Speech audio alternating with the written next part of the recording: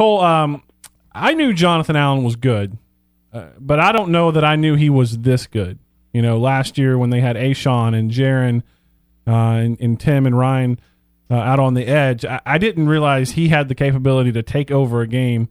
You've been one of his biggest cheerleaders. You've tweeted several videos of some outstanding plays he's made this year. When you watch him, what makes him so good? Well, number one, the motor, and that's what caught my attention first ever. I think it was 2 years ago, his sophomore year at Tennessee, when whatever the first game he played at Tennessee was. And I'm watching the film, and all of a sudden I see 93 run down a screen 40, 45 yards down the field. I'm thinking, who in the hell is this guy? And I go back, and this was the lighter Jonathan Allen. And it's funny, I told him this in person when I had the Kent State game. I said, you know, I fell in love with the undersized Jonathan Allen. I thought last year was kind of the oversized Jonathan Allen, and he interrupted me, and he's like, this year's sort of the perfect in-between Jonathan Allen. And I believe that. And I think last year he saw those other guys that were playing inside and probably thought, if I got to be bigger or I'm not going to play. And 2 years ago, he was sort of a lighter guy inside that could utilize his quickness, utilize his motor, and not only make plays in the backfield, but down the field.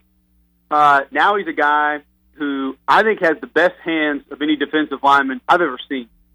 And it's something that as an offensive lineman, if a D lineman knows how to use and uses it properly, every offensive lineman or defensive lineman I talk to in the high school level, first question I ask them is, what's your biggest weapon? What's your biggest asset that you have? And if they don't say hands or feet, we got a problem.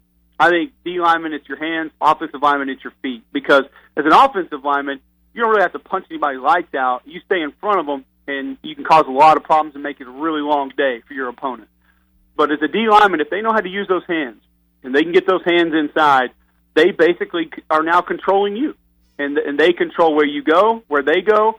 They control what you're able to do. And he's the best at it that I've ever seen.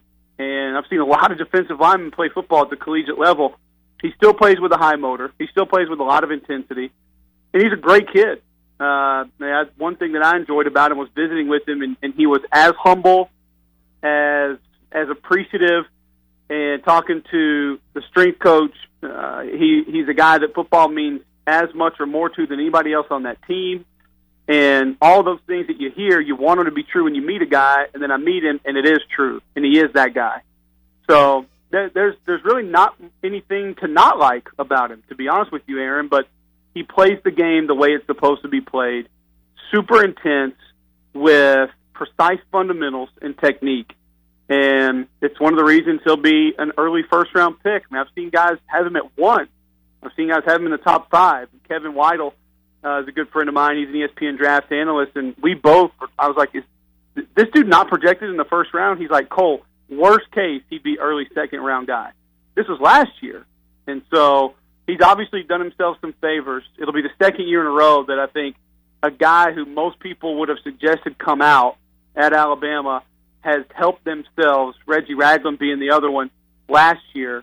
I think Jonathan Allen will fall into that category this year as a guy who a lot of people scratched their head and said, why is he not coming out? Even if he's an early second-round pick, that's still probably most beneficial for you to do.